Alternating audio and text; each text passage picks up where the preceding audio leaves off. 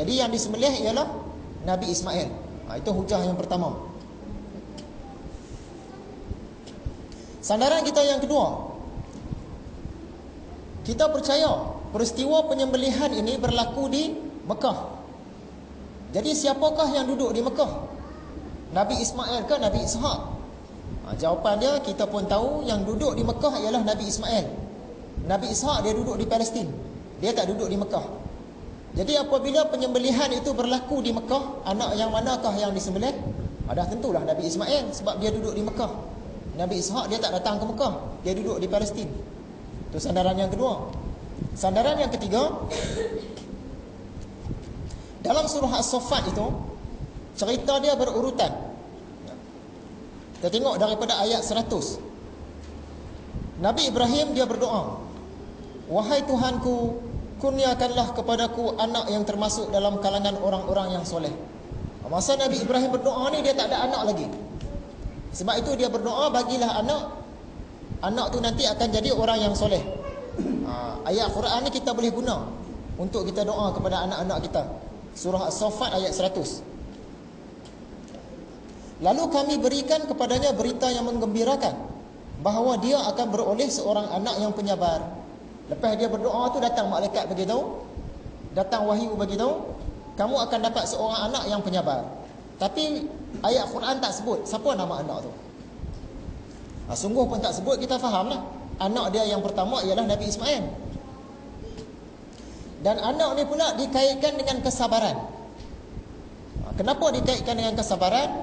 Bila anak tu nanti dah cukup akil balik, datang perintah Tuhan mengatakan dia nak kena sembelih, dan dia redha.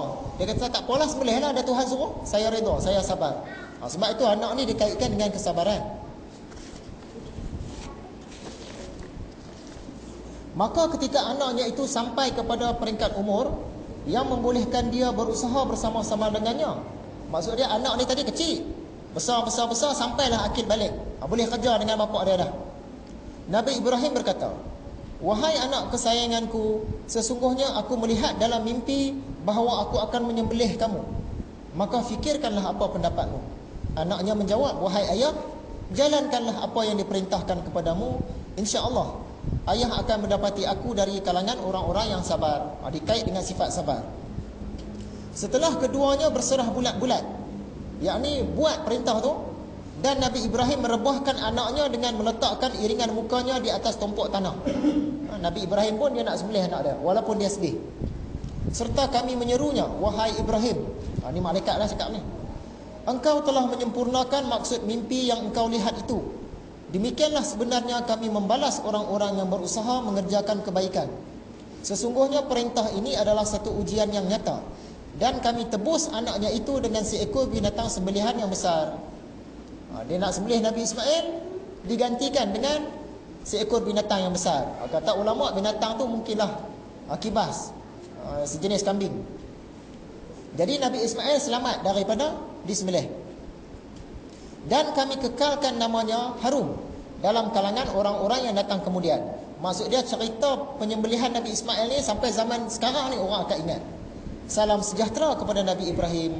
Demikianlah kami membalas orang-orang yang berusaha mengerjakan kebaikan. Sesungguhnya Nabi Ibrahim itu dari hamba-hamba kami yang beriman. Habis cerita sembelih. Kita tak tahu lagi siapa disembelih ni.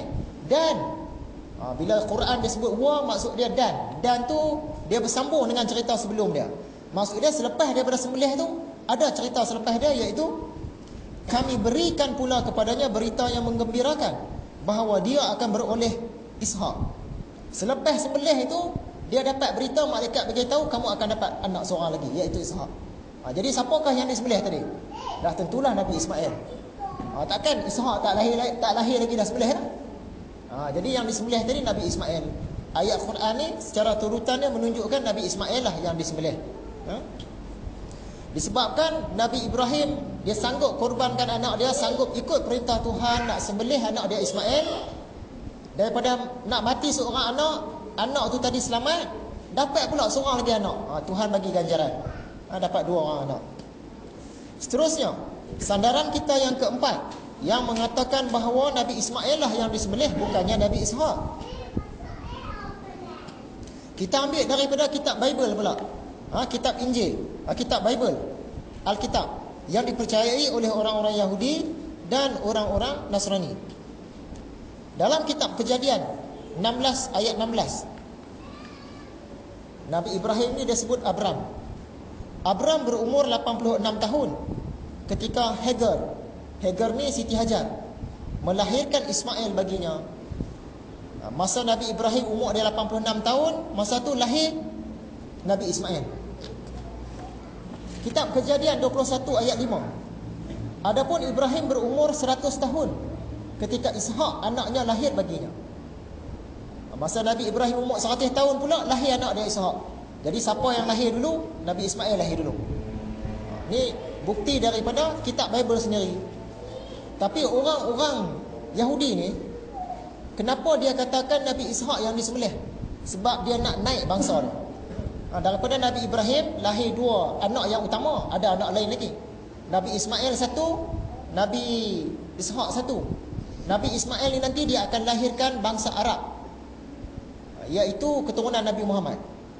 Nabi Ishak ni tadi dia akan lahirkan keturunan Yahudi. Jadi orang Yahudi ni dia nak penaik keturunan dia nak rendahkan keturunan Arab. Dia nak merendahkan keturunan Ismail, nak naik keturunan Nabi Ishak. Jadi sungguh pun mereka tahu yang disembelih itu ialah Nabi Ismail, tapi dia ubah kitab dia, dia tukar nama Ishak. Nak tunjukkan Nabi Ishak lah yang banyak berkorban. Itu cara dia. Jadi apakah bukti daripada Bible yang mengatakan Nabi Ismail yang disembelih? Kitab Kejadian 22 ayat 2. Firman-Nya kepada Nabi Ibrahim, firman Tuhan, ambillah anakmu yang tunggal itu. Anakmu yang tunggal itu yang engkau kasihi, iaitu Ishak. Pergilah ke tanah Moria dan persembahkan dia di sana sebagai korban bakaran pada salah satu gunung yang akan kukatakan kepadamu. Jadi dalam kitab Bible, Tuhan cakap kepada Nabi Ibrahim, kamu ada anak tunggal, ambil anak tunggal kamu tu, pergi korban dia dekat Moria. Siapa dia anak tunggal dia? Dalam kitab Bible dia tulis Ishak. Tapi di sini kita dapat kesan dia punya penipuan. Bila sebut anak tunggal, maksud dia anak tu seorang. Mana boleh anak 2-3 orang dia kata anak tunggal. Jadi Nabi Ishak dia tak pernah jadi anak tunggal, sebab dia anak yang kedua. Yang pernah jadi anak tunggal ialah Nabi Ismail, sebab dia anak yang pertama. Masa dia lahir tu, dia anak tunggal lah, dia tak ada adik lagi. 14 tahun lepas tu barulah lahir Nabi Ishak.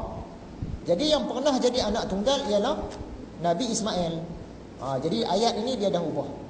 Ayat ni sepatutnya berbunyi, ambillah anakmu yang tunggal itu yang engkau kasihi, iaitu Ismail. Jadi orang pendeta-pendeta ni dia padam nama Ismail, dia tukar nama Ishak. Tapi orang berjaya kesal juga daripada perkataan anakmu yang tunggal itu. Dia tak boleh nak tipu. Dia tertinggal, dia terlupa nak padam anakmu yang tunggal. Kalau dia padam anakmu yang tunggal tu, kuatlah hujah dia.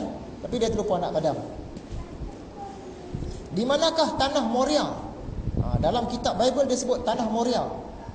Dalam bahasa kita, bahasa Arab, Marwah. Orang pergi buat haji, Safa dan Marwah. Korban ini dilakukan di Moria, iaitu di Marwah, di bukit. Bukit Marwah. Moria tu bahasa inilah, bahasa Bible kan, dalam bahasa Arab Moria, Marwah. Jadi yang dikorbankan di Marwah ni siapa dia? Nabi Ismail lah. Nabi Ishak dia tak pernah datang ke Marwah, ke Mekah dia tak datang. Dia duduk di Palestin. Itu satu bukti lagi.